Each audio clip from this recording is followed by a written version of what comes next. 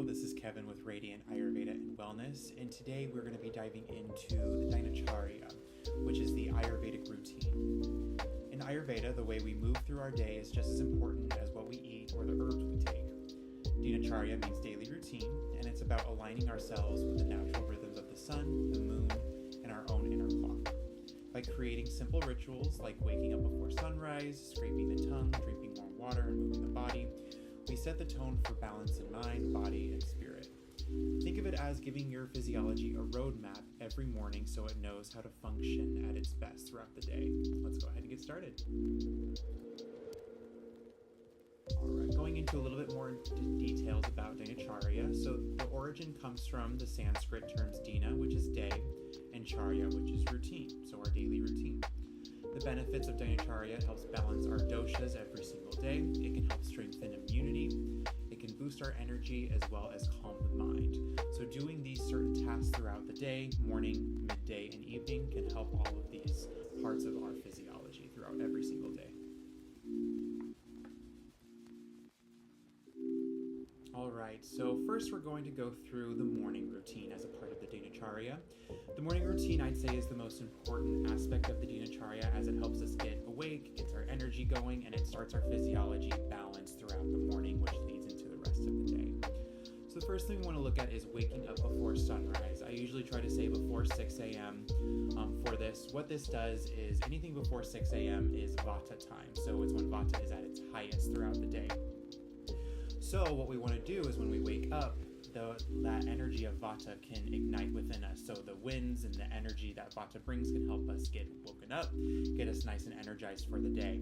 If we do wake up after this, sometimes it could lead towards sluggishness, or it can lead towards feeling kind of hazy or brain foggy when we wake up. So waking up before sunrise is best for our morning energy levels. The next thing to do here would be to tongue scrape or oil pull. So what these do is it helps get all of those toxins that build up throughout and bacteria that build up through our mouth. The oil pull can get all of that bacteria out as well as nourish the gums that can get a little dry throughout the night. And then we can also tongue scrape, which gets all of those excess toxins and bacteria off the tongue. In Ayurveda, we look at this as ama, so we're scraping off the excess ama that happens throughout the night. And this helps our digestive system. That can also help make sure ama does not get accumulated within our system. So these two things are really, really great before we start our day. Washing our face. This not only helps with our skin health, but it also wakes up our body. If we use nice cool water on our face, it can help us really wake up. Just washing our face in the morning is really, really good for energy levels. And then Abhyanga. So Abhyanga is our self-massage using oils, whether it's sesame, coconut, whatever's best for your physiology. This is something that can get a little difficult doing, but it is recommended daily, if not every other day, or a few times per week.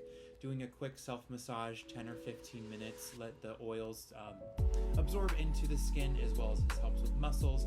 It helps with calming down the system. A really, really great way to start the day. I notice that when I do Abhyanga before I start the day, my skin feels very moisturized. It feels very nice and calm. I do tend to have dry skin or inflamed skin, so having Abhyangas in the morning really, really helps with my skin health throughout the day. And incorporating any type of movement, whether that's just a morning walk, morning yoga, if you go to the gym in the morning, doing this in the morning is really, really beneficial. It gets the body up and active, it gets the blood moving, it gets the doshas moving, and helps with overall health throughout the day. Also, doing some meditation or breath work is really important in the morning. It all calms the mind. It also prepares it for work, prepares it for school, whatever we're doing, as well as breath work. Breath work is really good at balancing Vata. So we want to make sure that we have good sustained energy that's not going all over the place. So meditation and breath work are really wonderful for that. And also having a light and warm breakfast. We want to have something that's lighter, easily digestible, something that our body can digest very well, get that energy going, not too much on the digestive system, so we can have a nice productive day with some good nutrients in the morning. Okay, moving into some midday anchors, some things to think about in our Dinacharya throughout the afternoon. So we want to eat our main meal during lunchtime when Agni is the strongest. This is something a little bit different than what we normally do in Western civilizations when we do dinner as the largest meal. However, heavy dinners can also cause some digestive discomfort. There's a lot to digest late at night, so we want to try to have our biggest meal to digest during the day. Agni is its strongest then. It also gives us more hours throughout the afternoon and the evening to digest those foods. Makes it easier for digestion and energy overall. Something that does happen a lot during busy days for us people that work a 9 to 5 is that we try to either do a quick lunch, sometimes we skip lunch, and that's when our energy levels plummet.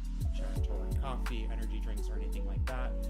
But if we have a nice, well-rounded meal throughout for lunch, that's really, really your biggest meal, that helps sustain that energy. So we want to try to change that heavy meal instead of dinner time to lunchtime.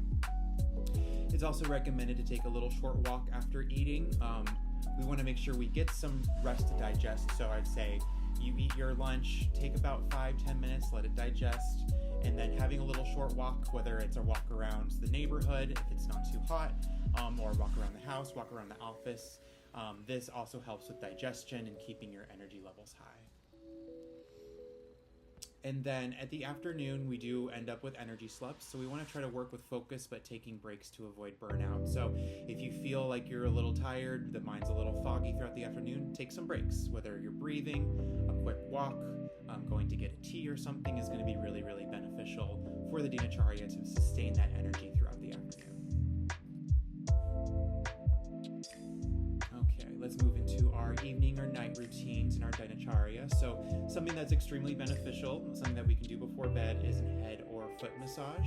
I like to use Brahmi oil, or you can use a little bit of a lavender oil and a carrier oil like sesame or almond on the feet. It is also a little bit of a scalp massage. What this does is it nourishes those nerve endings in the feet and on the head to allow us to relax. And so this can help with sleep as well as relaxation in order to get sleepy for bed.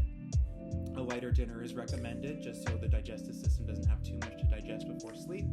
We want the body to focus on sleep rather than digestion. So a lighter dinner is going to be really, really helpful for that. Disconnecting from electronics is going to be really, really good benefit here.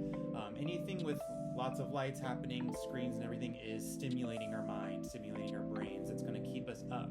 And so the quicker we can disconnect, I recommend an hour before bed, if not 2. That's going to be really, really helpful to allow the body to relax, wind down before bedtime.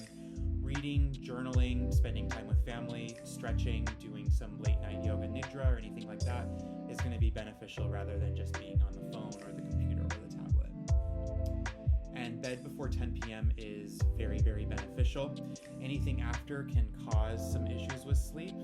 The same thing here is we want to try to make sure that we're giving our mind and our body enough time for rest. So if we're looking at waking up before sunrise, going to bed before 10 p.m. is going to be really, really beneficial there for our evening routine.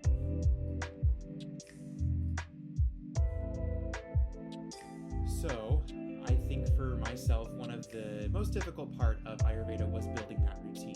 It's something that we're not used to. There's a lot of things that can go into it.